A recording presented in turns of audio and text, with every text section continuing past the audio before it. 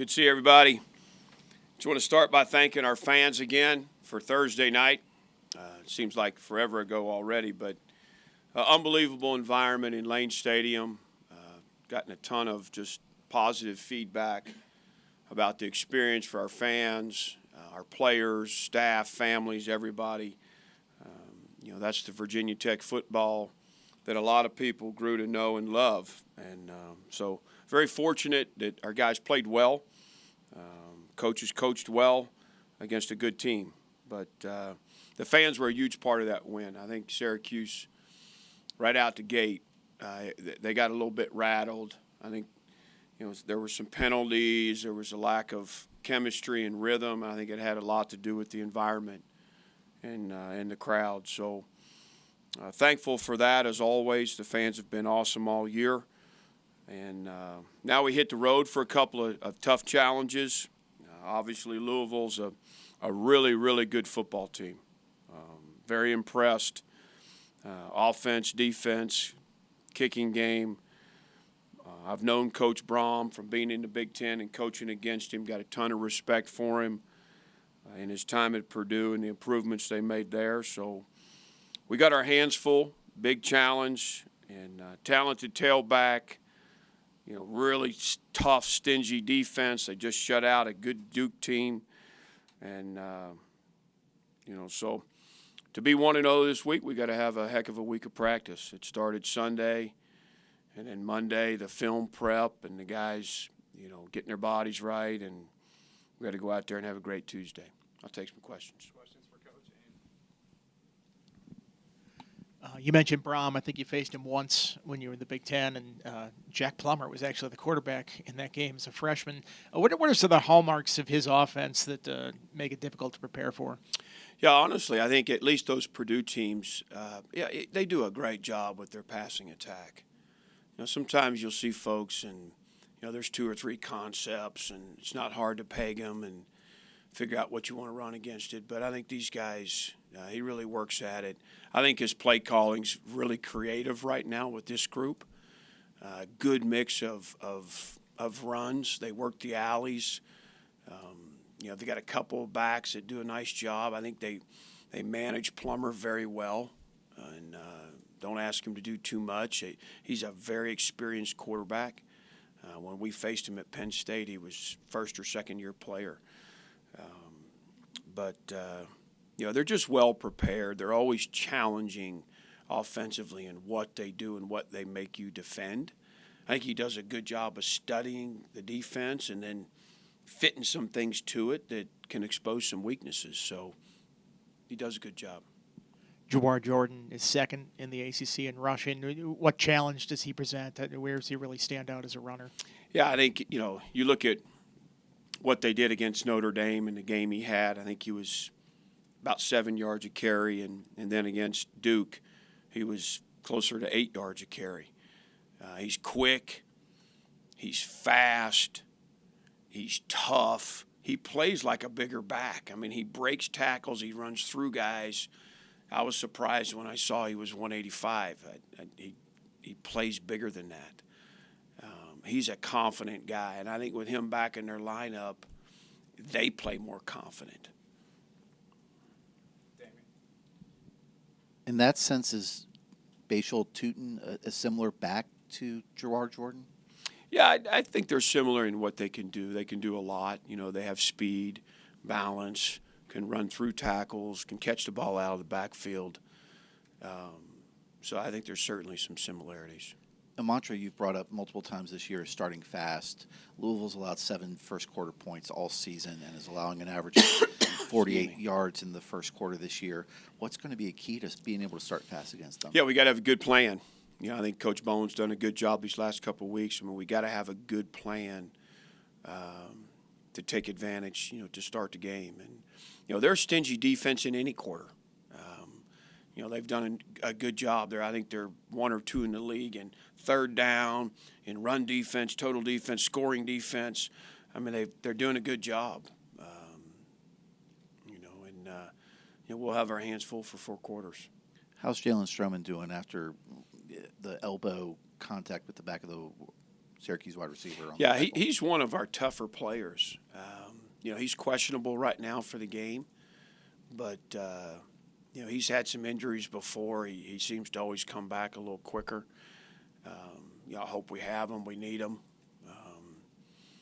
He's one of those guys that can run and get you on the ground back there, and they certainly got some guys that can do some things with the ball, but he's questionable at this point.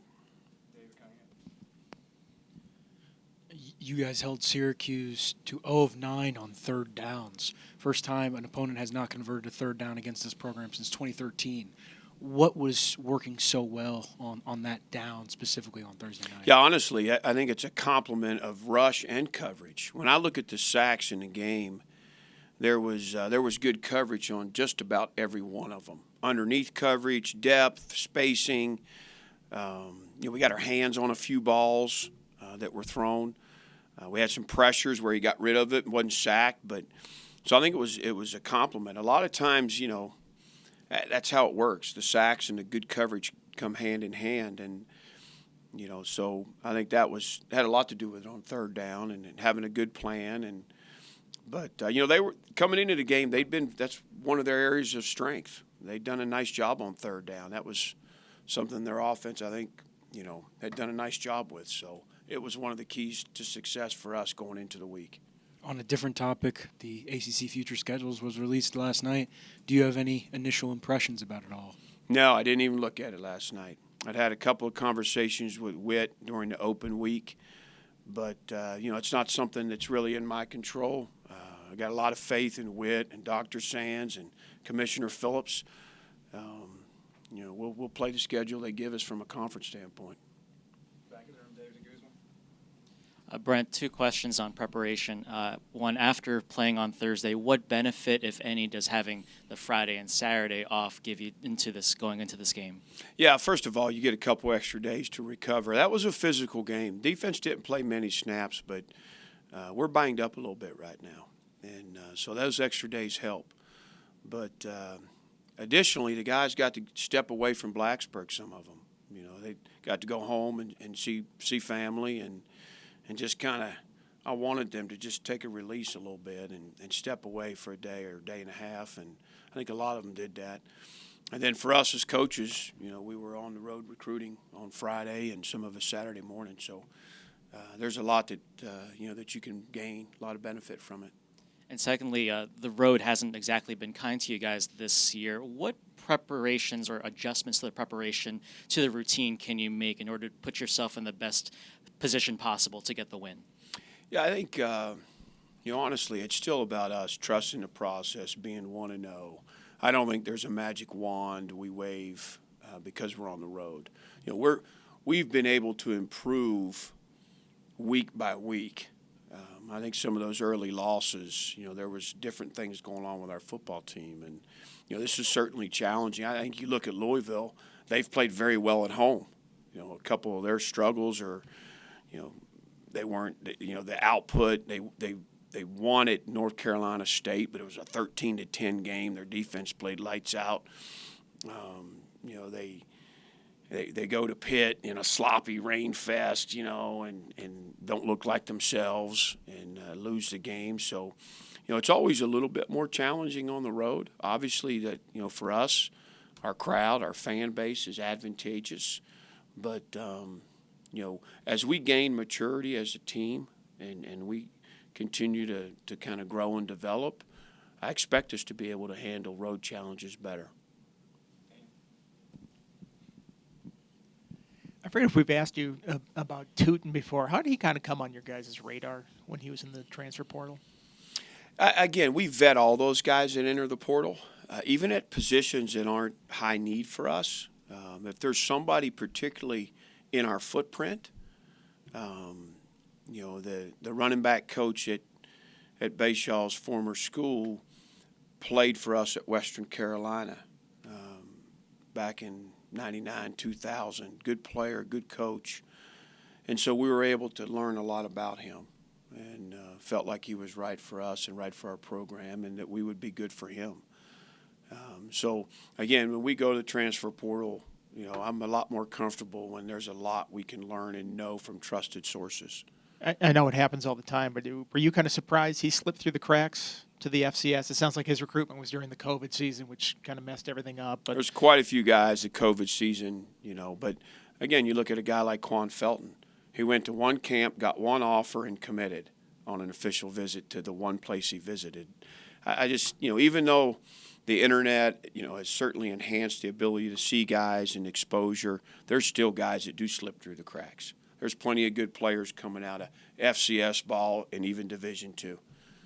you guys have scored a lot of points the last couple of times out. Also left some points on the board with field goals in the red zone. What do you need to do in the red zone to get over the hump and convert some of those into touchdowns? Yeah, again, I think it starts with the mindset when you're in the red zone. You got to be hungry to score touchdowns. You got to smell the goal line. You really do. And I think we got to have a good plan. We got to go back and look at what we're calling down there. How are people defending us? Where can we be better, from what we got going into the game plan in the red zone? Because against a group like this, we're certainly going to need touchdowns over field goals. You touched on Louisville's rush defense when you're listing off how good they are. What makes them so good in rush defense? Yeah, I tell you, they got a nice front, physical front, good size. I think they're sound. They run well in the perimeter, which that kind of takes the air out of the run game. But they're physical. They're a problem up front. I know you mentioned you hadn't looked at the schedule, but you have UVA and Miami as your protected opponents over the next 7 years, and those opponents are synonymous with rivalries with Tech. Is that good for this program and the league to have Tech Miami, Tech UVA play every year through the next 7 years? The only thing I'd say, I know our fan base, that's, those two opponents, go back a long way, and been some great games and big games, and I hadn't thought about it much more than that. All right, let's go to Zoom for a couple. On Zoom, please use the raise hand feature to ask questions for Coach Pry. We'll open it up to questions. We'll start with David Teal, please. Brent, not to put too fine a point on it, but what did Pitt do against Louisville that no one else has? Yeah, I would say this. They created some problems defensively. I think the ball was on the ground too much. Louisville got behind the sticks with fumbled exchanges. They mixed up some coverages. They brought pressure. There were some turnovers that contributed, obviously. They didn't have the running back. Jordan didn't play. He played a few snaps early. I think he had 8 yards and maybe a catch. And not that the other backs aren't capable, but he's obviously a difference maker. They didn't have the run total. I think they were 80 or 90 yards rushing, and they seemed to go the way the run game goes, with the exception of the NC State game. You mentioned Louisville having turnover issues against Pitt, but Louisville's defense has 15 takeaways, which I believe lead the ACC. Correct. Can you tell on tape that this is a defense that ball hawks? Yeah, I say this. It starts with their front, and they're so active. They're a problem up front and disruptive, and that creates problems down the field. We got to be able to protect Kyron and give him a chance to find an open receiver. And I think again, it'll start with the run game and being able to establish the run and do some things there. But they're a stingy defense. They're aggressive. Ron English, he got a lot of respect for him. He's done a nice job defensively wherever he's been. He was at Michigan, wasn't he? Correct. Yeah. And you've mentioned the front several times. Is Jalot the centerpiece there? Yeah, I would think so. I'm impressed with several of their guys, but he's the most probably notable one and impactful one. Thank you. Yes, sir. We have time for a few more questions. We'll go to Joseph next. So, Coach, with this game, if you guys end up beating Louisville, hypothetically, you kind of hold your own you kind of hold all the cards, and you guys are on track to possibly make the ACC championship game. Is that something that you guys thought was possible, and how do you prevent your team from kind of looking too far ahead and kind of thinking about the possibilities that are possibly at the end of this road? Yeah, we don't think about that. I'd be disappointed if somebody was. I mean, we work really hard on focusing on the next opponent. These guys understand and know that that's part of the key to our success, to us improving. Anytime you look ahead, you get your butt beat. So I hope we're not doing that. I'm not. Staff isn't, and certainly continue to talk to our players about that. Any final questions for Coach Pry on Zoom? Okay, Travis. Anything else for Coach Andy? You got some younger guys in at the end of the game. Jeremiah Coney, Laith Ganem looked like a pretty spirited block on one play. Yeah. Was that planned to try to get those guys? Is it just that time of year, or did the score just offer Yeah, an it's just a opportunity? combination of both. You're getting into that last 4 or 5 games, and you want some guys that you feel like can, that merit a series or two. You want to get them the experience. Lath's one of those guys. Coney's one of those guys. You want to get their 4 games, and that was a great opportunity to get one of those games. You don't know if you'll be in that situation again. So, get those guys lathered up and playing a little bit. They were excited. It's good for us. It's good for them. We'll continue with that plan. With Laith, were you excited about the excitement? But chill a little bit. I don't know. To be honest, I was pretty fired up for him. I was afraid that yellow flag was coming out for a minute, but I love his energy. He's a guy that's really improved that we're super excited about. He's a real worker. He's gotten so much better. We were able to get Johnny Garrett a bunch of work. We were able to get James Jeanette out there at the end, and he's a guy that's got good rush ability that, potentially has a bright future here. And, so it was good to see a bunch of those young guys play. Last one, Dave. I noticed looking at the depth chart, the only change is that Christian Epling is now the starting long snapper. We don't talk about that position a lot when we talk about special teams at all. What has he done to impress you? Yeah, well, he was coming off an injury. He wasn't able to short snap against Wake. He may have missed 2 weeks, actually. Maybe in Florida State and Wake. So he bounced back and did a nice job short snapping. And he's always been the backup deep snapper. And he wasn't able to do that last week. But he's back in the fold on all of that. Those guys have been great. I mean, we saw last year what happened at Old Dominion. I mean, those guys have been consistent.